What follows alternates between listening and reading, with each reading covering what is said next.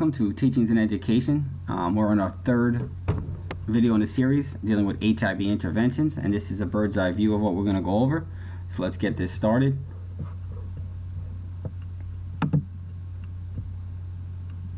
We'll be focusing on the HIB intervention component. And first up, we're going to look at some policy requirements for HIB intervention. And let's talk about reporting. Verbal reports on all acts of HIB must be reported verbally to the school principal on the same day it was witnessed. So as soon as you see that report, you have to, as soon as you see an incident of HIB, you have to report that verbally on the same day. An anonymous report, there's actually a provision that permits a person to report acts of HIB anonymously, and you can find that in the HIB policy. And as for a written report, all acts of HIB must be reported in writing to the school principal within 2 days of witnessing an HIB incident. So if you see an incident of HIB, you have to report it to the principal within 1 day, and then you have to have a written report to the principal within 2 days. Now let's talk about parents.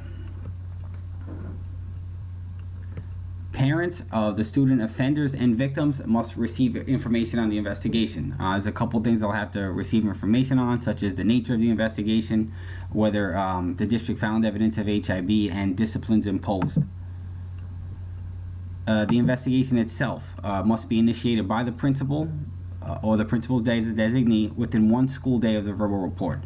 And it has to be conducted by the school's anti-bullying specialist, and they have to complete their investigation not later than 10 days from the date of the written report.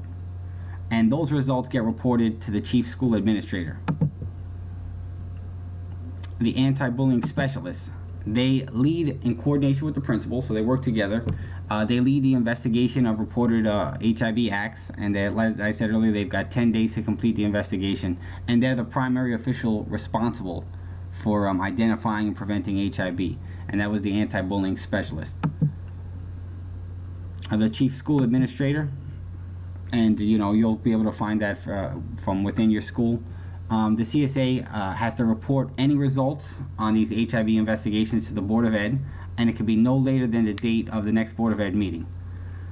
Based on those results of the HIB investigation, the school administrator may provide intervention service, training programs, etc., and so forth. The Board of Ed. Now, if a parent requests a hearing before the Board of Ed, after receiving a report from the school administrator, the Board of Ed has the hearing must be held within 10 days of the request, and the board needs to meet in executive session that's private to maintain the confidentiality of the students. The principal, as I said earlier, has to receive all reports of HIB, and then they themselves can appoint an anti-bullying specialist to assist with investigations, and they work with the anti-bullying specialist as well. Timelines. A parent may request a hearing before the Board of Ed after receiving the information. The Board of Ed's decision may be appealed to the Commissioner of Education no later than 90 days after the issuance of the board's decision. Crimes. Sometimes an HIB act could be bias related, and when it's that case, school officials must report it to law enforcement. If these bullying acts continue and they're serious or part of a larger pattern, they have to also inform law enforcement. And there's something called the Memorandum of Agreement between education and law enforcement officials, and it kind of establishes the conditions of them working together. You can find that out, probably more information from that on the Department of Education's website. So we talked a little bit about policy requirements, and let's see what's next. Next, we're going to support systems. All right, so how do you support different individuals and groups? So first, we'll focus on some guidelines for support. Always monitor the victim and the bully to prevent ongoing activities. Ensure the safety of the victim and redirect the bullying behavior. It's important that students learn the appropriate ways to address HIB, and the bystanders as well need to get some support on how to handle the situations, because you don't want them reinforcing the behavior. And you also want to review all documents for consistency and things like that. So these are just a couple of guidelines for support systems. But let's go to the victims themselves and how we can support the victims. Staff should help review with the victims strategies that will empower them. So you want to talk to the victims about these strategies. One, they could request that the bully walks away. Tell a teacher or another school official. Sometimes use humor. Agree with the bully because you take their power away.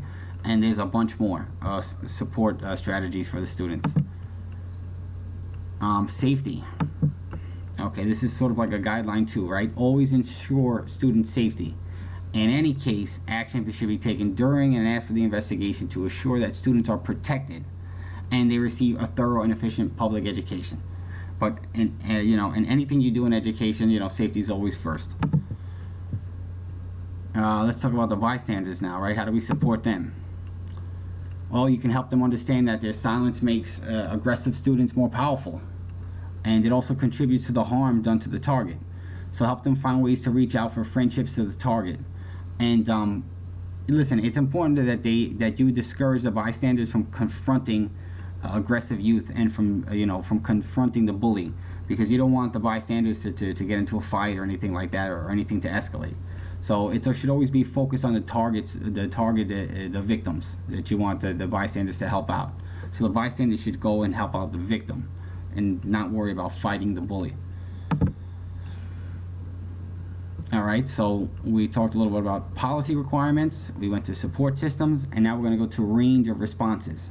So range of responses can be dealt with on a couple of different levels, whether it be district, school-wide, individual, or classroom. And the two different types of ranges of responses, you can have a consequence for a bully, or you can make a bully go through remediation. And what's actually very interesting is that both a staff member or a bully can actually receive remediation, and a staff member can have H.I.B. reported against them as well, because a staff member can be a bully. So let's go into that. All right, range of responses. So let's talk about remediation. And for the bully. So as I said earlier, the bully can be dealt with a consequence, which is a little bit more negative, or remediation. So if you know a student that's a bully and he's been identified as a bully in a certain instance, what type of remediation can he have? Well, first thing is a parent conference. Hold parent conferences or meetings with parents to develop a family agreement, and you want to get the parents on board. Parents can become powerful allies when dealing with students, and they offer a great deal of information about their children. Behavioral assessments. You can conduct a behavioral assessment or evaluation on the student, a functional behavioral assessment, so maybe you can find the triggers or the reason behind the bully, why he's bullying another student.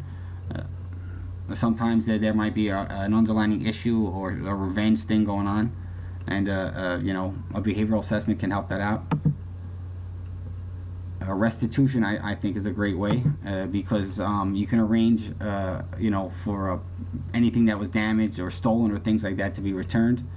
I think that's goes on the line with when they get older and paying fines and things like that if they do something wrong. So if a child were to rip apart the student's project, maybe that child or that student may be required to put the project back together.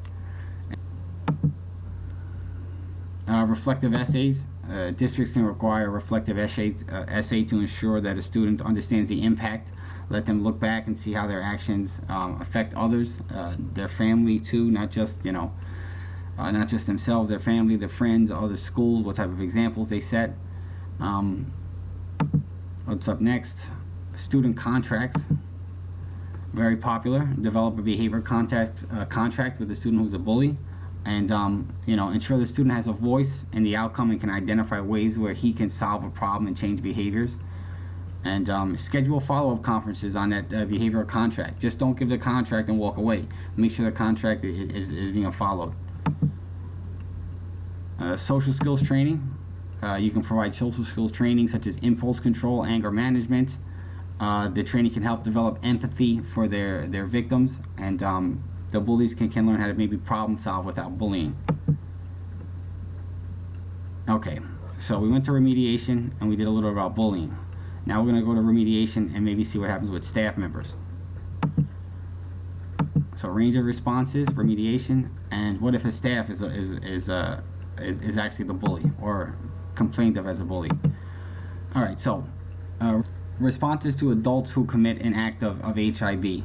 And one response would be for the staff to go through some sort of mediation between the staff member and the student's parents, and possibly have the student there. But that's only, only consider a remediation if the staff member or the adult bully is remorseful and it's not going to cause more of a problem. You can also have counseling. I must have deleted this one, but you can send somebody out for counseling services. And safety restitution. Restore safety for the victim. In most cases, you're going to transfer the adult because if they're the person responsible for HIB, they should be the one to leave. However, maybe it might just be easier to move a student. So range of responses, and let's look at some consequences for a bully. These are a little bit more negative. So we talked about some examples, right? We said temporary removal from a classroom, suspension, things like that. Those are negative consequences. When determining these consequences, you have to take a couple things into consideration. Talk about the child's chronological age, development, degree of harm. Is this a continuing pattern? What other history between the student and what other history is there between the bully and the target victim? So, take these factors into consideration. And conjunction. If negative consequences are used, they should occur only in conjunction with remediation interventions, and that should not be relied upon as the sole intervention approach. So if you want to intervene, remember, you want to use a range of responses. You want to have both consequences and remediation. And we're going to talk about these range of responses can be tackled at 4 different levels. First level is classroom level. So classroom responses can include discussions about HIB, have them research projects, conflict management. These are all things that teachers can go over with their students. As for individual responses, positive behavior interventions like peer mentoring, short-term counseling, life skills groups, even, punitive actions as well as detention in school, out of school, expulsion, law enforcement report, district-wide. School responses to different types or recurring HIB might be having a theme day, learning station programs, parent programs, disseminating information, fact sheets on HIB, newsletters, and school-wide. So before it's the entire district, let's say you're focusing on just a school, responses can include curricular and school-wide programs, community-based organizations, and involve the community in the policy.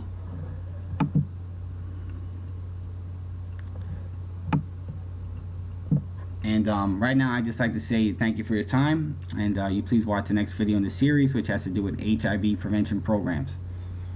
Thank you very much.